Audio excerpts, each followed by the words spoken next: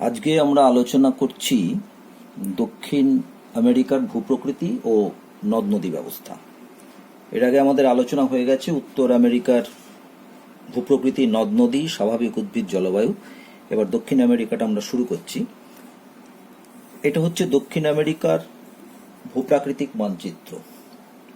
লক্ষ্য করে দেখো, এই গাঢ় রং যেটা, এই অঞ্চলটার উচ্চতা সবচেয়ে বেশি। তারপর এখানে হালকা যে বাদামি রং, তার উচ্চতা আর একটু কম। তারপরে হলুদ রং যেটা দেখছি, এর উচ্চতা আর একটু কম, এবং সবুজ হচ্ছে সবচেয়ে কম উচ্চতা সম্পন্ন অঞ্চল। তো স্বাভাবিকভাবেই আমরা দেখব যে একদম পশ্চিম সীমানা জুড়ে একটা উচ্চভূমি অঞ্চল আছে। এখানেই অবস্থান করছে আন্দিজ পর্বত। উত্তর অংশে এবং পূর্ব অংশে কিছুটা উচ্চভূমি আছে, এটা হচ্ছে মালভূমি অঞ্চল। আর উচ্চভূমি এবং মালভূমি অঞ্চলের মাঝখানে যে বিস্তীর্ণ অঞ্চলটা পড়ে রইল, এটাকে আমরা সমভূমি অঞ্চল হিসেবে চিহ্নিত করতে পারি। আমি তোমাদের আরেকটি মানচিত্র দেখাচ্ছি, বুঝতে সুবিধে হবে। এই ম্যাপটি দেখো, এখানে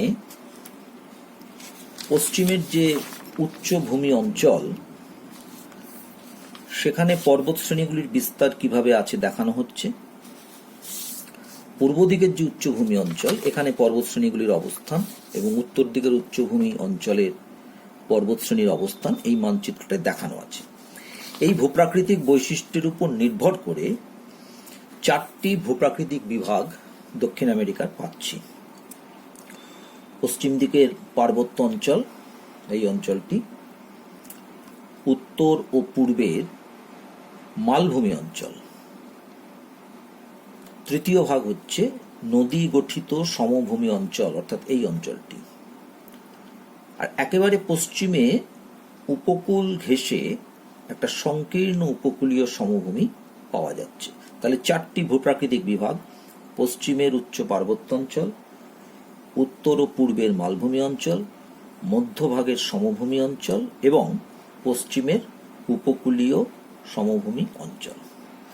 এবার আমরা একে একে প্রত্যেকটি ভাগ সম্পর্কে আলোচনা যদি করি, দেখো পশ্চিমের যে পার্বত্য অঞ্চল মূলত আন্দিজ পর্বত শ্রেণী দিয়ে গঠিত। আন্দিজ পর্বত হল পৃথিবীর দীর্ঘতম পর্বত শ্রেণী এবং দ্বিতীয় উচ্চতম পর্বত শ্রেণী। সবচেয়ে উঁচু পর্বত শ্রেণী হিমালয়, তারপরেই হচ্ছে আন্দিজ। আন্দিজ পর্বত শ্রেণী ঠিক হিমালয়ের মতোই এখানেও তিনটি শ্রেণী আছে। একদম পশ্চিম দিকে একটা আন্দিজ পর্বতের শ্রেণী আছে, পূর্ব দিকে একটা শ্রেণী আছে, এই পূর্ব এবং পশ্চিম শ্রেণীর মাঝখানেও আবার কোথাও কোথাও আরেকটি পর্বত শ্রেণীর অবস্থান রয়েছে। পশ্চিম দিকের যে পর্বত শ্রেণী, এটাকে বলে কর্ডিলেরা অক্সিডেন্টাল।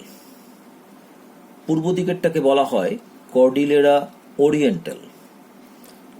আর দুটোর মাঝখানে থাকছে কর্ডিলেরা সেন্ট্রাল। তাহলে উত্তর দক্ষিণ বরাবর এই পর্বতশ্রেণী বিস্তৃত। তিনটি পর্বতশ্রেণী নিয়ে আন্দিজ পর্বতমালা গঠিত। পশ্চিম দিকে কর্ডিলেরা অক্সিডেন্টাল, পূর্ব দিকে কর্ডিলেরা ওরিয়েন্টাল, মাঝখানে কর্ডিলেরা সেন্ট্রাল। এই পর্বতশ্রেণীগুলির মাঝখানে মাঝখানে অনেক পর্বত বেষ্টিত মালভূমি দেখা যায়। যেমন ধরো, এই পশ্চিম পূর্বের মাঝখানে এখানে পেরুর মালভূমি অবস্থান করছে, এইখানে অবস্থান করছে বলিভিয়ার মালভূমি। এরকম বেশ কিছু পর্বত বেষ্টিত মালভূমি এখানে অবস্থান করছে। পৃথিবীর উচ্চতম হ্রদ টিটিকাকা হ্রদ পেরু এবং বলিভিয়ার সীমান্তে, সেটা হচ্ছে এইখানে। এটা হচ্ছে টিটিকাকা হ্রদের অবস্থান, পৃথিবীর উচ্চতম পর্বতশ্রেণী, অর্থাৎ বলিভিয়া মালভূমির ঠিক উত্তর সীমানায়। আন্দিজের সর্বোচ্চ পর্বতশৃঙ্গ হচ্ছে মাউন্ট আকাঙ্কাগুয়া, সেটার অবস্থান হচ্ছে এইখানে। এইটা হচ্ছে মাউন্ট আকাঙ্কাগুয়া।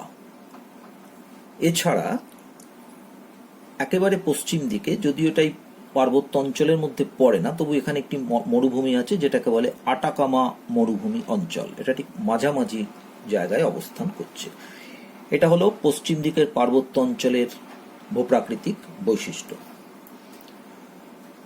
এবারে আসি দ্বিতীয় ভাগে, উত্তর ও পূর্বের উচ্চভূমি। এখানে এই যে প্রাচীন মালভূমি অঞ্চল, এটা এর দুটি অংশ। উত্তর দিকের অংশটাকে বলা হয় গায়ানার উচ্চভূমি, আর এটা হচ্ছে পূর্ব দিকের উচ্চভূমি অঞ্চল। এই অঞ্চল দুটি হচ্ছে দক্ষিণ আমেরিকার সবচেয়ে পুরনো অঞ্চল বা প্রাচীনতম অঞ্চল। বিশেষ করে পূর্ব দিকের এই উচ্চভূমিটি ব্রাজিল শেল্ড অঞ্চলের অন্তর্গত, অর্থাৎ পৃথিবীর প্রাচীনতম ভূখণ্ডের অংশ। উত্তর দিকের যে উচ্চভূমিটা আছে, যেটাকে আমরা বলি গায়ানার উচ্চভূমি, এখানে অনেকগুলি পর্বতশ্রেণী দেখতে পাচ্ছ। সিয়েরা প্যাকরাইমা, সিয়েরা প্যারিমা ইত্যাদি বিভিন্ন পর্বতশ্রেণী এখানে অবস্থান করছে। পূর্ব দিকের যে উচ্চভূমি, এটা ব্রাজিলীয় উচ্চভূমি নামেও পরিচিত। এর দুটো অংশ আছে। এই অংশটাকে বলে মতোগ্রাসো উচ্চভূমি। মতোগ্রাসো উচ্চভূমি, এই অংশটাকে বলা হয় ব্রাজিলের উচ্চভূমি।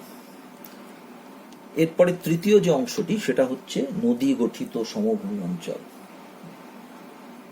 সেটা কোথায় দেখো, এখানে মূলত তিনটি নদী প্রবাহিত হচ্ছে। উত্তর দিকে হচ্ছে অরিনকো নদী, তারপরে আসছে এখানে আমাজন নদী, বিখ্যাত আমাজন নদী, এইখানে হচ্ছে লা প্লাটা নদী। এই তিনটি নদী, আর একেবারে দক্ষিণ অংশে আরো কিছু কিছু নদী আছে, তার মধ্যে একটা উল্লেখযোগ্য নদী কলোরাডো। আমি নদী নিয়ে পরে আসছি। এই নদীগুলি পলি সঞ্চয় করে মধ্যভাগে একটা বিস্তীর্ণ সমভূমি অঞ্চল গড়ে তুলেছে। এই সমভূমি অঞ্চলের একেবারে দক্ষিণ অংশে অবস্থান করছে পম্পাসের তৃণভূমি অঞ্চল, আর উত্তর দিকে, একেবারে উত্তর দিকে অরিনকো নদীর অববাহিকায় অবস্থান করছে আরেকটি তৃণভূমি অঞ্চল, সেটাকে বলা হচ্ছে ল্যানোস তৃণভূমি অঞ্চল। এখানে ল্যানোস অঞ্চল, এখানে পম্পাস অঞ্চল, আর ব্রাজিলে একটি অঞ্চল আছে তৃণভূমি অঞ্চল, ওটাকে বলে ক্যাম্পোস তৃণভূমি অঞ্চল। এখন এই সমভূমি অঞ্চলটি দক্ষিণ আমেরিকার বেশিরভাগ অংশ দখল করে আছে এবং এটি পলিগঠিত সমভূমি অঞ্চল। চতুর্থ যে ভূপ্রাকৃতিক ভাগ, উপকূলীয় সমভূমি অঞ্চল, সেটা একেবারে পশ্চিম দিকের প্রশান্ত মহাসাগরের উপকূল বরাবর অবস্থান করছে। আন্দিজ পর্বত এবং প্রশান্ত মহাসাগরের মাঝখানে সংকীর্ণ উপকূলীয় সমভূমি। এখানকার উল্লেখযোগ্য বৈশিষ্ট্য হল ঠিক মাঝামাঝি আটাকামা মরুভূমিটি অবস্থান করছে। এটি হলো দক্ষিণ আমেরিকার একেবারে শুষ্কতম অঞ্চল। তাহলে এই হচ্ছে মোটামুটিভাবে দক্ষিণ আমেরিকার ভূপ্রাকৃতিক বৈশিষ্ট্য। এবারে আমরা দেখব যে এই ভূপ্রাকৃতিক বৈশিষ্ট্য অনুসরণ করে কিভাবে এখানে নদী ব্যবস্থা গড়ে উঠেছে। আমি আগে বলেছি তিনটি প্রধান নদী, অরিনকো, আমাজন এবং লা প্লাটা নদী। একেবারে উত্তর দিকে এইটা হচ্ছে অরিনকো নদীর গতিপথ। গায়ানার উচ্চভূমি থেকে উৎপন্ন হয়ে উত্তর দিকে প্রবাহিত হয়ে এটি উত্তর আটলান্টিক মহাসাগরে পড়ছে। মোহনাতে একটা বদ্বীপ গঠন করেছে। এই অরিনকো নদীতেই অ্যাঞ্জেল জলপ্রপাত অবস্থিত, যেটা পৃথিবীর উচ্চতম জলপ্রপাত। এরপরে আসি আমাজন নদী। আমাজন নদীর উৎপত্তি হচ্ছে পশ্চিমের পার্বত্য অঞ্চল থেকে, প্রায় সরল রেখায় সোজা পূর্ব দিকে প্রবাহিত হয়ে এটি গিয়ে পড়ছে আটলান্টিক মহাসাগরে। এটি হলো পৃথিবীর দ্বিতীয় দীর্ঘতম নদী এবং বৃহত্তম নদী, অর্থাৎ সবচাইতে বেশি জল বহন করে এই নদী। আমাজনের উৎস হচ্ছে যেহেতু নিরক্ষীয় অঞ্চল, প্রচুর জল পাচ্ছে। উপরন্তু আন্দিজ পার্বত্য অঞ্চলে বরফ গলা জল পাচ্ছে। আমাজনের দুই তীরেই প্রচুর উপনদী এসে মিশছে। এর মধ্যে মাদিরা উপনদীটি, এইটা হচ্ছে মাদিরা উপনদী, এটি আন্দিজ পর্বত থেকে বেরোচ্ছে, বেরিয়ে আমাজনে গিয়ে পড়ছে। এই মাদিরা উপনদীটি হচ্ছে পৃথিবীর দীর্ঘতম উপনদী। এছাড়া এখানে আরো অনেক উপনদী আছে, যেমন জুরুয়া, পুরুষ, ট্যাঙ্গো ইত্যাদি। প্রত্যেকটা নদীরই উৎস যেহেতু নিরক্ষীয় অঞ্চলে, ফলে প্রচুর বৃষ্টির জল পাচ্ছে নদীগুলো এবং সমস্ত জল আমাজন নদীতে এসে পড়ছে। ফলে আমাজন নদীতে পৃথিবীর সবচেয়ে বড় জল বহনকারী নদী বলা যেতে পারে। দক্ষিণ দিকের একটা নদী হচ্ছে লা প্লাটা নদী। এই নদীটি অনেকগুলো নদী মিশে তৈরি হয়েছে। দেখো, এই মতগ্রাস উচ্চভূমি থেকে একটি নদী বেরোচ্ছে, ওটার নাম হচ্ছে প্যারাগুয়ে নদী। আর তার ঠিক একটু পূর্ব দিকে ব্রাজিল উচ্চভূমি থেকে বেরোচ্ছে পারানা নদী উৎপন্ন হয়েছে। এই পারানা নদী দক্ষিণ দিকে প্রবাহিত হচ্ছে, পারানা নদীর সঙ্গে এসে প্যারাগুয়ে নদী মিশছে, মেশবার পরে নাম হচ্ছে পারানা নদী। আরো দক্ষিণ দিকে যাচ্ছে, তখন এখান থেকে উরুগুয়ে নদী, আরেকটি নদী উৎপন্ন হয়ে উরুগুয়ে নদীটি এসে এই পারানা নদী, প্যারাগুয়ে নদী, তার সঙ্গে মিশল উরুগুয়ে নদী, তিনটি নদী মিশে নাম হচ্ছে লা প্লাটা নদী, এবং অবশেষে এই নদীটি গিয়ে আটলান্টিক মহাসাগরে পড়ছে। এই তিনটি হচ্ছে দক্ষিণ আমেরিকার প্রধান নদী, যারা প্রায় গোটা মহাদেশের নদী ব্যবস্থাকে তৈরি করেছে।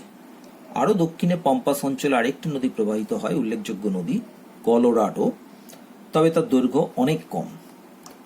একটা জিনিস লক্ষ্য করবার বিষয়, সেটা হচ্ছে উত্তর দিকের যে অরিনকো নদী সেটি যাচ্ছে উত্তর দিকে, আমাজন নদীটি যাচ্ছে পূর্ব দিকে, লা প্লাটা নদীটির গতিপথ হচ্ছে দক্ষিণ দিকে।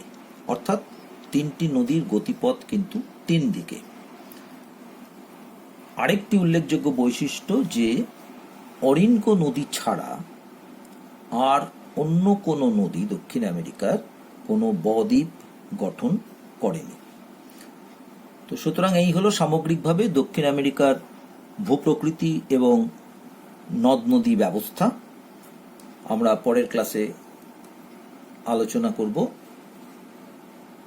স্বাভাবিক উদ্ভিদ ও জলবায়ু নিয়ে।